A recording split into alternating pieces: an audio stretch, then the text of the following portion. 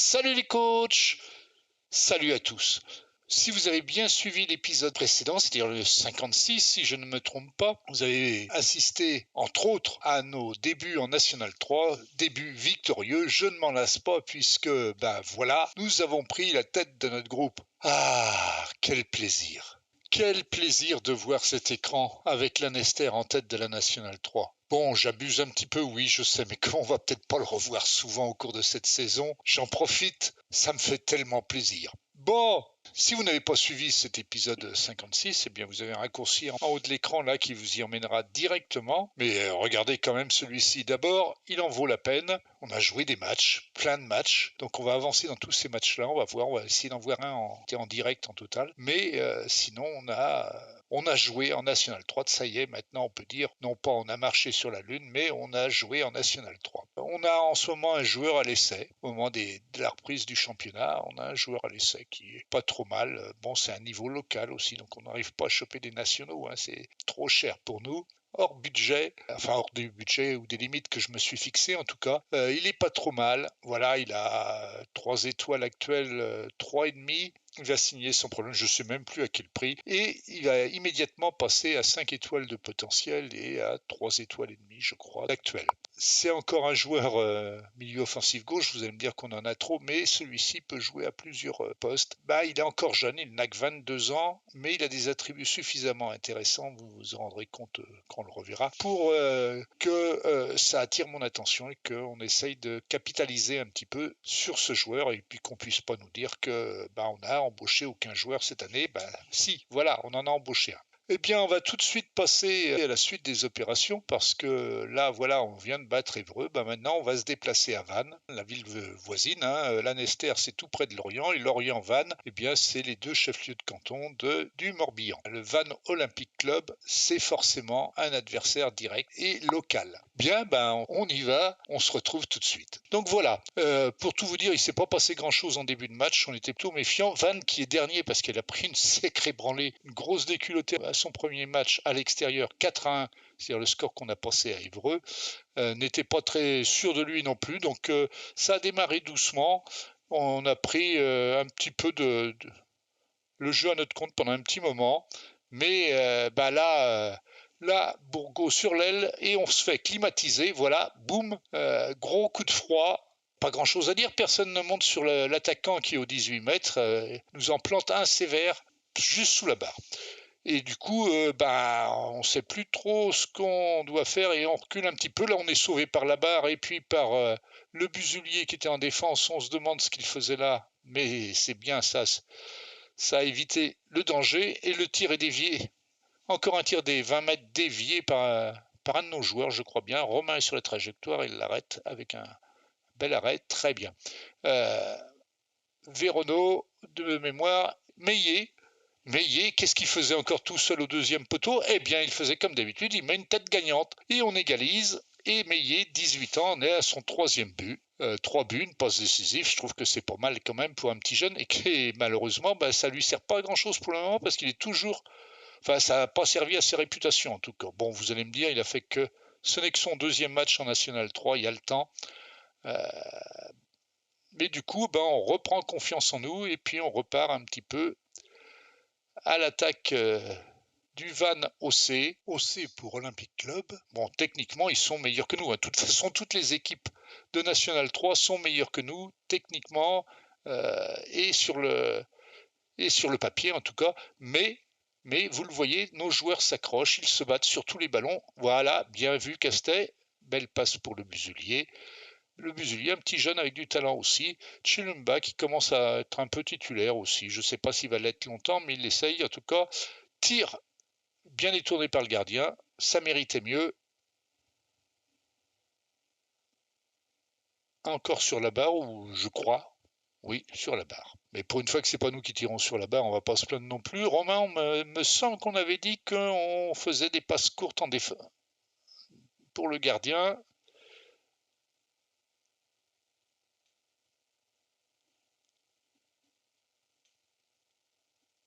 Et oui, là on court un peu après le ballon dans cette fin de mi-temps. et on prend un deuxième but. Coup de froid encore? Non, là ils sont 2 hors jeu, faut pas charrier non plus. Il ne se passera plus rien après. Bon match d'ensemble de l'équipe, les notes sont pas extraordinaires, mais on a même été dominé au niveau des XG. On a bien tenu, on n'a pas la possession de balle, rien du tout. Meillet donc a une bonne note encore. Buisson fait un bon match. Véronneau aussi. Véronneau, il est recyclé en ce moment, meneur de jeu en retrait pour pallier à la perte de Ricard. On a fait de notre mieux. Van était beaucoup plus porté à l'offensive que nous. On a été beaucoup plus prudent. Je crois qu'on a joué en équilibré. Il faut qu'on apprenne le championnat national 3. Et donc on a rétrogradé à la 4e place, mais on s'en fiche. C'est toujours déjà beaucoup mieux que nos espérances les plus folles. 2 matchs, 0 défaite. Pour le moment, on est heureux, et ça se voit d'ailleurs. Alors là, ça c'est une chose assez extraordinaire. J'ai un joueur est mécontent au club actuellement. Et alors on va en parler un petit peu. Quand quelqu'un est mécontent au club, en général, on l'a ici dans les problèmes. Et quand on ne l'a pas dans les problèmes, on va voir dans état d'esprit. Ici, on a mécontent, très mécontent, enfin des choses comme ça. Ici, là c'est des promesses que j'ai faites aux joueurs. Donc ça, c'est les joueurs qui ont des promesses. Là, c'est des joueurs qui sont très contents, mais ça baisse un petit peu. On ne sait pas pourquoi. Benjamin est satisfait des séances d'entraînement. Il est satisfait de l'entraînement en général. Il est content que le club... Bon, il est tout content, mais il est moins content que quand il était plus content. Et ici, vous voyez, il y a 0 joueur mécontent. Tout va bien, tout le monde est content. Ici, état d'esprit général, tout baigne. Donc, c'est dans l'équipe réserve? Eh ben non, c'est pas dans l'équipe réserve. Et c'est pas non plus dans les U19. Si on va voir dans la hiérarchie des U19, on peut voir la hiérarchie, mais là, on voit pas. On voit les cercles d'amis, mais on voit pas le reste, c'est-à-dire l'état d'esprit des joueurs. Donc, c'est bien dommage, c'est bien regrettable. Alors, comme je voulais quand même savoir de quoi il s'agissait, j'ai continué un petit peu mes recherches. Je vous en parle quand même un petit peu. Alors ici, j'ai satisfaction du temps de jeu. Et il y en a quand même quelques-uns qui sont inquiets. Oui, il y en a qui jouent jamais. C'est des joueurs qu'on a gardés parce qu'ils semblent avoir un peu de potentiel, mais finalement, c'est pas moi qui fais l'équipe, c'est l'entraîneur U19 et il les fait jamais jouer. Donc je vais changer ça un petit peu. On va en reparler tout à l'heure parce que vous allez voir, il y a eu un gros coup de grisou à un moment au mois de septembre, mais on en reparlera. Et donc impossible de trouver le joueur qui est mécontent. Il n'est pas là, nulle part. Donc rien à faire. Alors j'étais cherché par des moyens illicites, c'est-à-dire que j'ai utilisé FMRTE quand même parce que j'étais un peu inquiet. Donc je m'étais juré de ne pas utiliser FMRTE dans cette save. Puis en fait, j'ai trouvé que c'est ce joueur-là qui était fautif. C'est celui-ci. Et on regarde ici, satisfaction du temps de jeu, je sais, content. Et pour le reste, il a rien. On ne sait pas pourquoi il est mécontent. Mais c'est lui, c'est sûr, il n'y a que lui. Donc il est satisfait, content que le club possède un préparateur, aucune préoccupation actuellement, mais dans la base de données, il est actuellement marqué comme unhappy, c'est-à-dire mécontent. Bon, dont acte, je peux rien y faire, il ne se plaint de rien.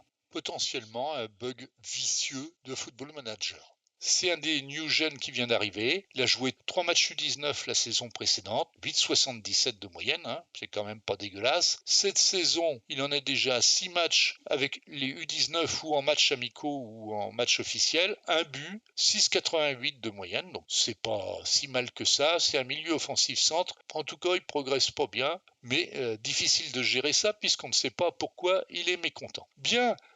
Donc voilà, en tout cas 2 matchs, 0 défaite. Prochain match, on reçoit Caen. Ils sont 14e, c'est-à-dire qu'ils sont derniers. Vannes a lâché la dernière place à Caen. En ce moment, on rencontre les derniers, c'est bien. On a vraiment, en début de saison, un calendrier très profitable. Ça va nous donner le moral, à condition qu'on gagne ces matchs-là, bien sûr. Mais après avoir rencontré un club moyen qui était Évreux, on a rencontré Vannes qui était dernier, et maintenant on rencontre Caen qui est dernier, et on le rencontre chez nous aussi. Là, aujourd'hui, samedi 8 septembre, allons voir ce match. Bien, donc on recevait Caen, on est à domicile, il pleut, forcément. Tous nos matchs à domicile, il pleut. Je ne sais pas pourquoi, mais il pleut.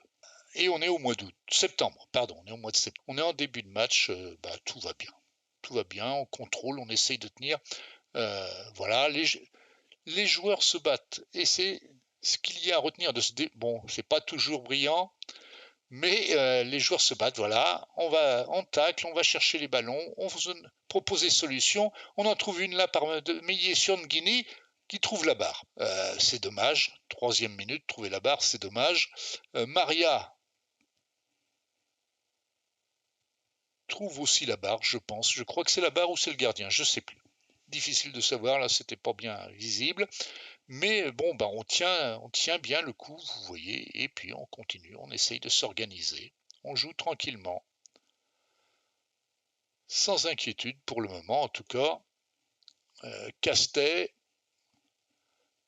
Buisson, notre schéma classique, on va remonter par les ailes tranquillement, on écarte un maximum, en passe le plus courte ou relativement courte, en tout cas Marianne, Guigny, Guigny lâche le ballon, c'est bien dommage.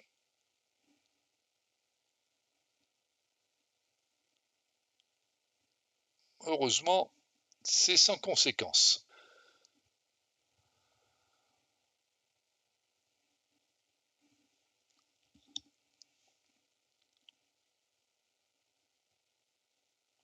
Interception de Maréchal qui ouvre pour Keita Nguini sur le gardien cette fois-ci. On peut pas dire, mais Nguini n'a pas la chance. Il tente. C'est deuxième grosse occasion pour Nguini. Coup franc contre nous. Et but. Alors, vous m'expliquerez comment un joueur qui est sur la ligne de but, à 6 mètres du but, sur le côté du but, peut réussir à redresser sa tête pour la mettre au fond des filets. Il n'y a que dans Football Manager qu'on peut voir ça. On est mené 1-0 à la mi-temps. Non, pas encore à la mi-temps d'ailleurs. Meillet, qui continue à faire son slalom dans la défense. But. Meillet, un but par match. 18 ans. Ben voilà. Magnifique. Entre-temps, Guigny s'est blessé. Pas très gravement, rassurez-vous. Et on est donc passé en deuxième mi-temps maintenant. Buisson, Véronneau, Maréchal. Nous voilà. Petit filet, côté opposé. 2-1. Décidément, on va commencer à y croire. 2-1 à domicile, tout va bien. Et on tient bien le coup en défense. Castet qui m'épate parce qu'il était que moyennement bon en Régional 1. Transparent en Régional 2 quasiment. Et là, vraiment, une seconde jeunesse à jouer en National 3. Ça, c'est Meillet. Quatrième but. 18 mètres, pleine lucarne. Boum. Maria au corner. Meillet au relais. Véronneau qui se fait intercepter.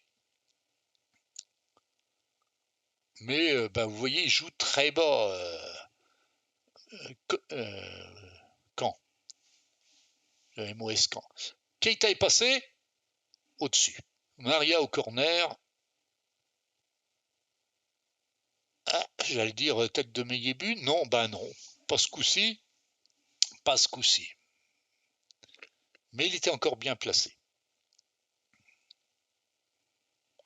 Et il est là à la lutte avec son adversaire du jour pour le gêner, l'empêcher de relancer. Alors franchement, Meillet, c'est grosse pioche pour le moment. Un peu comme était Jeuneste l'année dernière. Je ne sais pas si vous avez bien suivi. Là, Keita pour Chilumba. Chilumba à l'entrée de la surface. 4-1. Ça va devenir le score à la maison. Parce que ça fait 2 fois de suite qu'on mène 4-1. Et le match va s'arrêter là. Le quatrième but a été marqué à la 84e minute. Et Meillet fait encore un gros chiffre avec 8,9 points. 2 buts marqués. Maréchal fait une bonne prestation aussi avec 8,6, une passe décisive, un but. Keita, une passe décisive.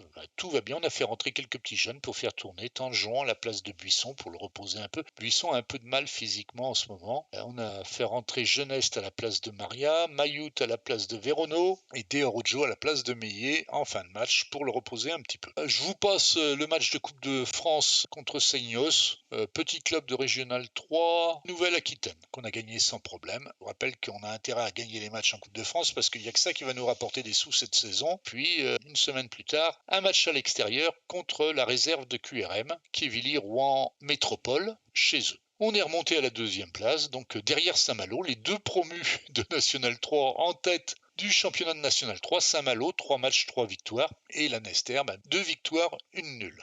Bien quand même, je suis très étonné, mais bien, et ça y est, on fait le trou un petit peu sur ceux qu'on verra nous quitter en fin d'année. J'espère qu'on ne va pas se faire rattraper par la patrouille, mais pour le moment, très bien, et on est toujours 112e sur 112 dans les pronostics. Allez, on se retrouve pour le match de QRM. Donc QRM chez eux, tiens, il pleut aussi en Normandie. Non, c'est région parisienne, pas. Pardon, oui, je dis des bêtises. Quevilly-Rouen, métropole. Ah, ça doit être Normandie quand même. Bon, en tout cas, ils nous soumettent à pression, mais pour le moment, on tient bien le coup. Enfin, on est en début de match, normal qu'on tienne bien le coup. Tout va bien.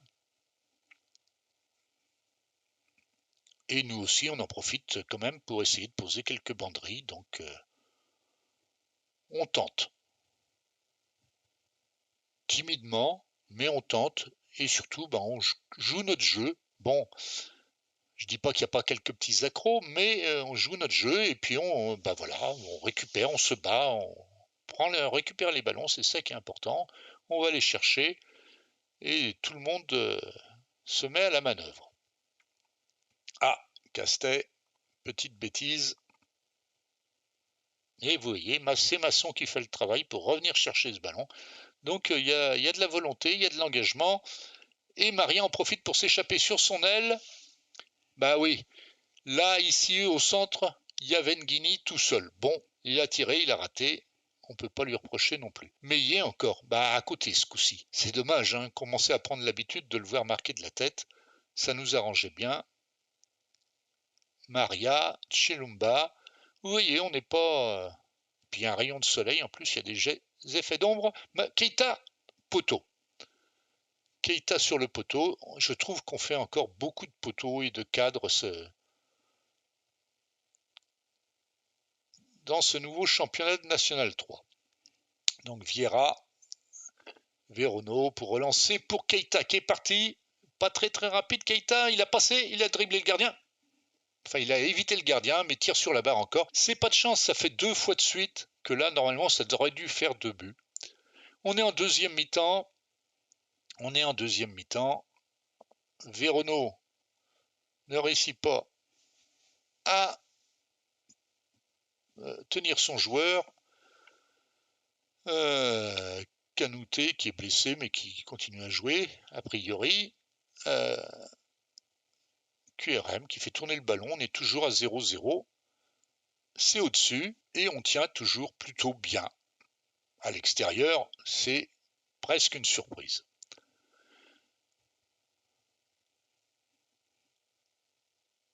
Et on défend correctement. Enfin, bon, là, il y a quoi là? Penalty? Il l'a pas touché. il avait pris le ballon, le joueur est tombé. Bon, ça me fait rire. Jaune, mais ça me fait rire. Soumaré et Romain qui sort la parade. Je vous l'ai dit, Romain, il progresse à chaque sortie.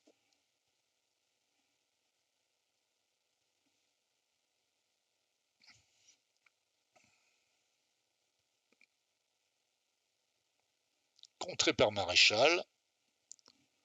Je vous le dis, tous les joueurs de l'équipe là se donnent vraiment à plein et c'est un plaisir de les voir s'engager comme ils s'engagent. Long dégagement du gardien de QRM. Aïe, il est passé. Tir à côté. Dégagement de Romain, court cette fois-ci comme on lui a demandé de le faire. Mais c'est Masson qui dégage un peu n'importe comment. On a dit de remonter les ballons tranquillement et doucement. Voilà.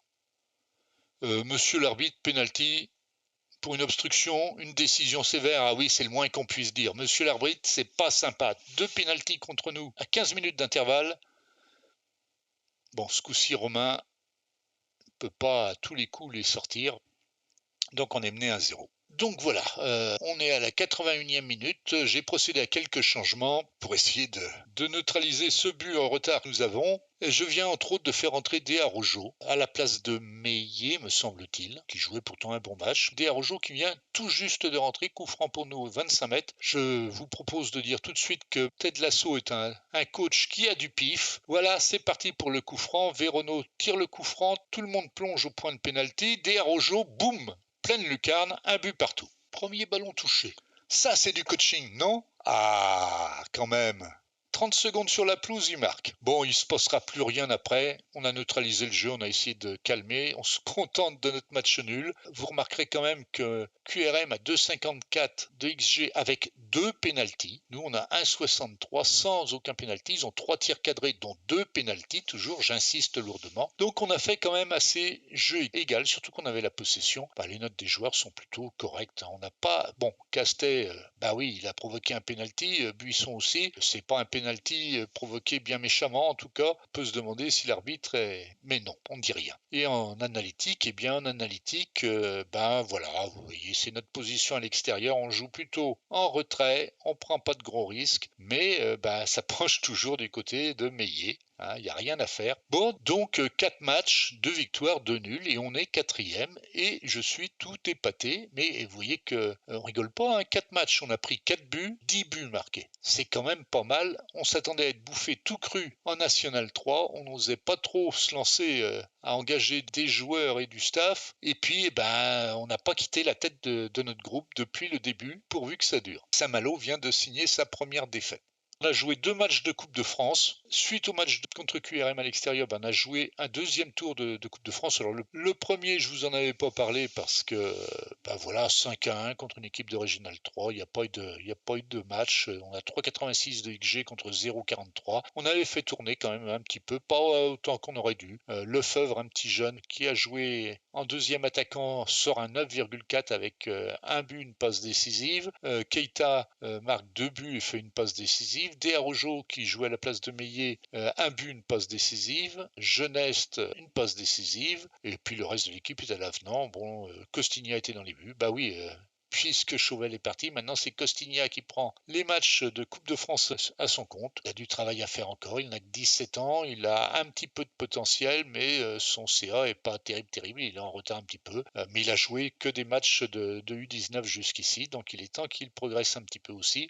Donc le deuxième match de Coupe de France contre une autre équipe de Régional 3, c'était à peu près du pareil au même. 4-1. Meillet, Lefebvre a fait rentrer notre petit nouveau Alexandre Julien. Donc voilà, 3-1. Et le prochain club que l'on rencontrera en Coupe de France, FC Lescar Régional 2. En attendant, on va aller se rendre au prochain match de National 3 qui est à domicile. On reçoit Dives qui est 9e.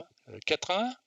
On va pas tarder à le savoir. Donc, principaux moments du match, on a l'engagement, on est chez nous, en Bretagne, et il pleut pour ne pas changer. C'est pas vrai, il fait très beau ces temps-ci. Masson, Vieira, tranquillement. Masson à nouveau, Vieira à nouveau. Une grande balle en profondeur pour Nguini, le gardien sort, mais le défenseur la repousse. Meillet, sans viser, tape et marque. Bon, le but est accordé contre son camp à Abili, au défenseur, qui l'aurait touché a priori. Mais Meillet, c'est un but par match, au minimum. Donc ça continue. Bon, pour autant, Dives ne se laisse pas faire. C'est pas des agneaux sacrificiels, mais on tient le match plutôt bien tranquillement. Et on a des occasions comme là. Je sais pas, c'est Masson de la tête, mais repoussé par le gardien et puis par la barre. On n'a toujours pas de chance avec le cadre. Maria, Véronneau, Masson, Vieira en profondeur, mais personne n'a suivi.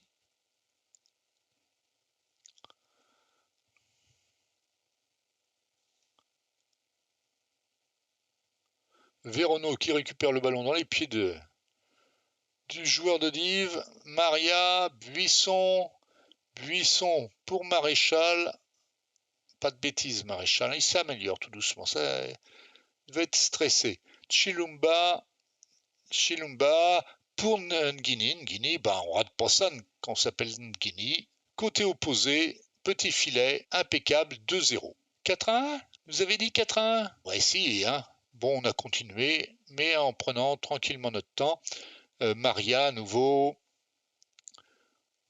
Je sais même pas si on jouait encore en positif, là. Encore en équilibré, je pense. Chilumba, Meillet, dévié par un défenseur en corner. Meillet qui m'épate de match en match.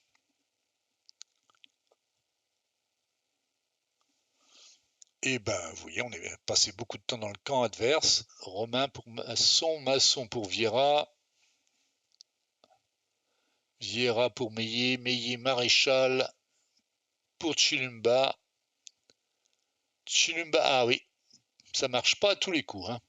Mais il y a toujours quelqu'un pour venir lutter et reprendre. Bon, on abuse un peu trop des balles un peu longues. Cette fois-ci, c'est Castet qui vient se mêler à la bagarre. Quand je vous dis qu'ils font preuve de tempérament et d'agressivité, mes joueurs, je ne plaisante pas. Maria, très bien joué. Chilumba, contré malheureusement. Meillet qui reprend, mais qui n'ose pas cette fois-ci. Vérono, Vira. Ça joue pas mal, hein, franchement. Corner, Romain. Tout le monde est à la hauteur. Bon.